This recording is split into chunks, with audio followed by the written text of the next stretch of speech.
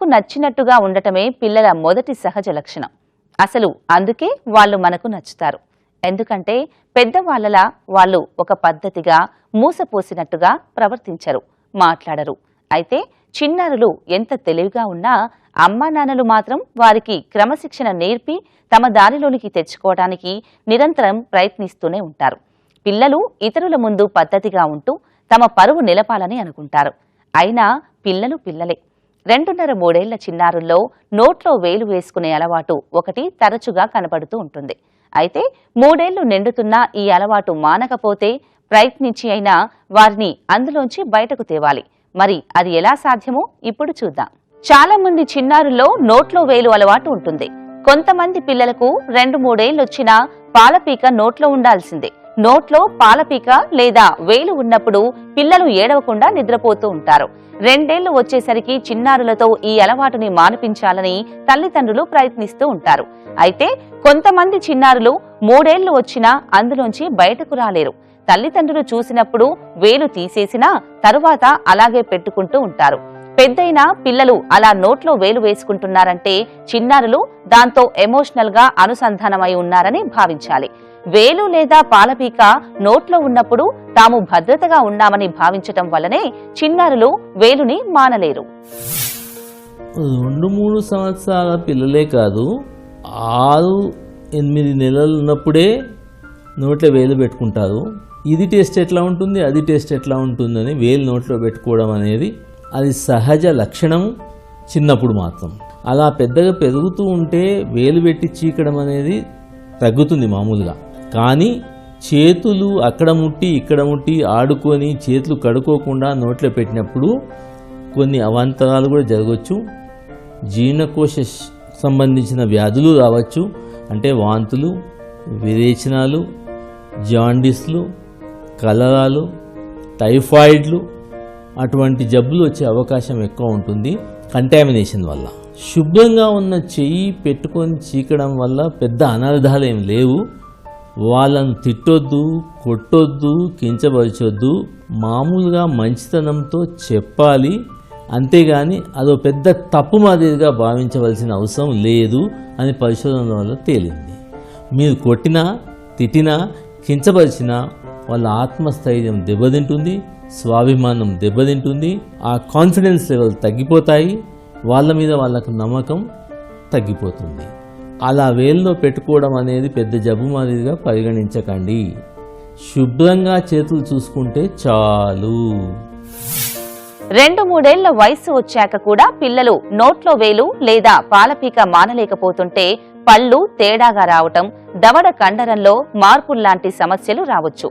నోట్లో వేలు ఉండటం వలన చిన్నారులు ఆటల్లో వెనుకబడిపోయే ప్రమాదం కూడా ఉంటుంది. ఇతర పిల్లలతో కలిసి ఆడుకోలేరు, ఒంటరిగా ఉండటానికి ఇష్టపడుతూ ఉంటారు. అంటే ఈ అలవాటు పరోక్షంగా పిల్లల శారీరక, మానసిక పెరుగుదలపై ప్రభావాన్ని చూపే ప్రమాదం ఉందన్నమాట. అయితే ఇన్ని నష్టాలు ఉన్నాయి కదా అని తల్లిదండ్రులు పిల్లలను తిట్టడం, కొట్టడం లాంటివి చేస్తే ఎలాంటి ప్రయోజనం ఉండదు. అలా చేయటం వలన వారు ఆ అలవాటుని మానలేరు. వయసు పెరుగుతున్న కొద్దీ నోట్లో వేలు వలన తాము సురక్షితంగా ఉన్నామనే భావన పిల్లల్లో తగ్గుతుంది. అప్పుడు వారికి వేలు అలవాటు వలన కలిగే నష్టాలు చెబుతూ నిదానంగా అందులోంచి బయటకు తేవాలి.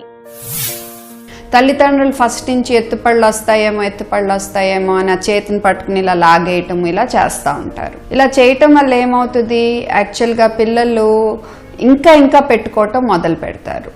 సో ఆ ఫేజ్లో తల్లిదండ్రులు అసలు అలా చేతిని బయటకు లాగేయటం అలాంటివి చేయకుండా ఉంటే తొందరగా మానేస్తారు.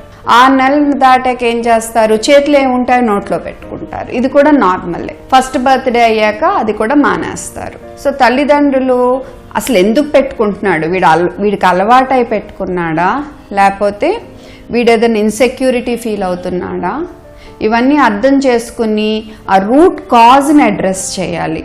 ఏమీ లేదు, ఇంట్లో వాతావరణం అంతా బాగానే ఉంది, ఓన్లీ అలవాటు అంటే మనం అలా లాగేయటం ద్వారా కాదు, పాజిటివ్ రీఇన్ఫోర్స్మెంట్ ద్వారా చేయాలి.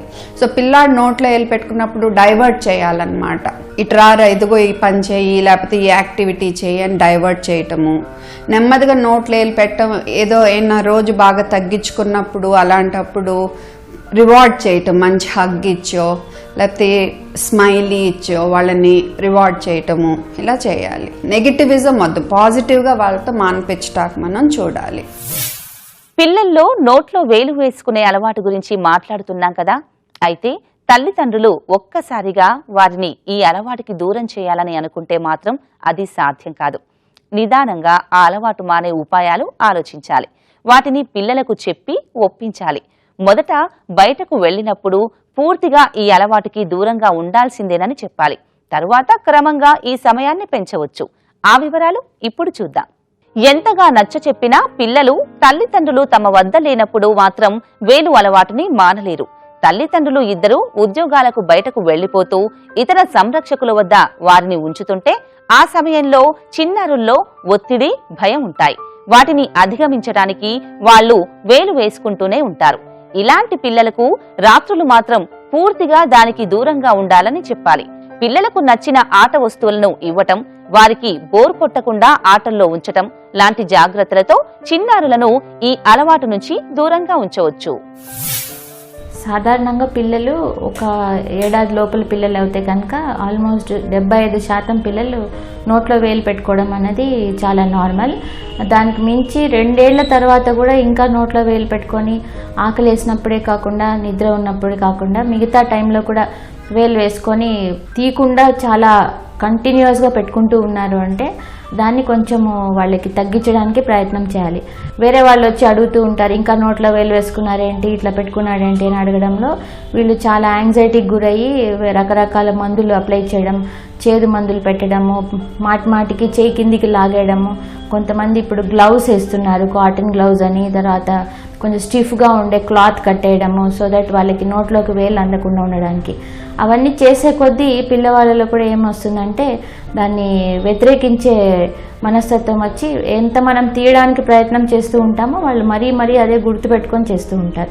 తగ్గిపోకుండా ఇంకా 4-5 ఇయర్స్ వరకు కొంతమంది స్కూల్ గోయింగ్ ఏజ్లో కూడా నోట్లో వేలు పెట్టుకొని పగటిపూట కూడా చేస్తున్నారు అంటే అప్పుడు దాన్ని కొంచెం దృష్టి పెట్టాలి.